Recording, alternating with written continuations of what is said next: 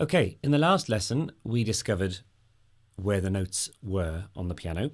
In this lesson I'm going to show you what to do with them. So the first thing that I'm going to show you is how to play a chord. Now a chord is technically two notes or more played together. Ideally they should sound nice. That's not in the definition, but never mind. They should. We're going to start with a chord of C. So I'm going to show you a fairly simplistic way to play a chord of C, and I'll show you some more advanced stuff later on. But for the moment, this is what you do.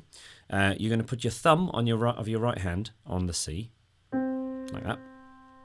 And then you're going to skip a note and play the next note, which is an E, because you've skipped the D. And you're going to skip the F, and you're going to play the G.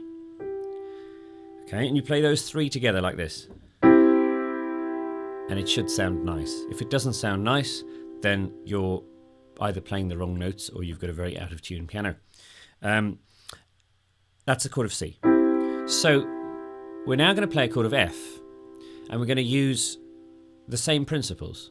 Okay, so we find an F, three black notes, just to the left.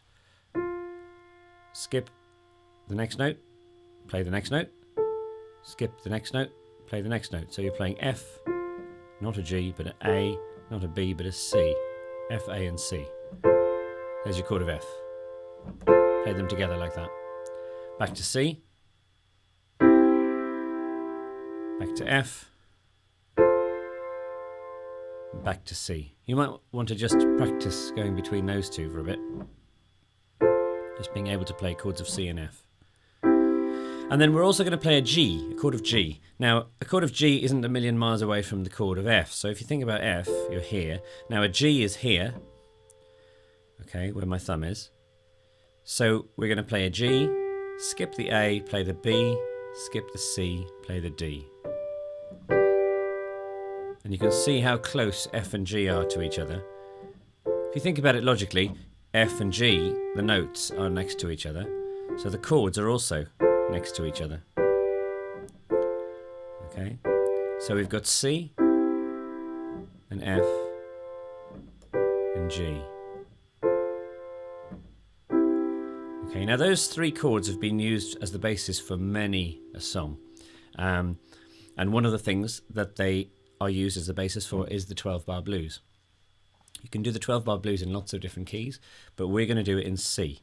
Now for this, you're going to need the chart, which is just entitled 12-bar blues in C, and you can download that from this website.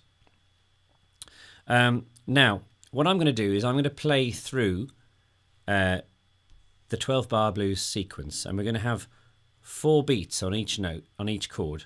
Okay, so for example we'll have C 2 3 4, then F 2 3 4, and carrying on like that. Now I'm going to set that up for you, and I want you to practice it along with me. So I want you to practice playing along with me, and if you can't quite manage that at the start, that's fine. You just practice playing the sequence in your own time, and then you can practice so that you can do it along with me.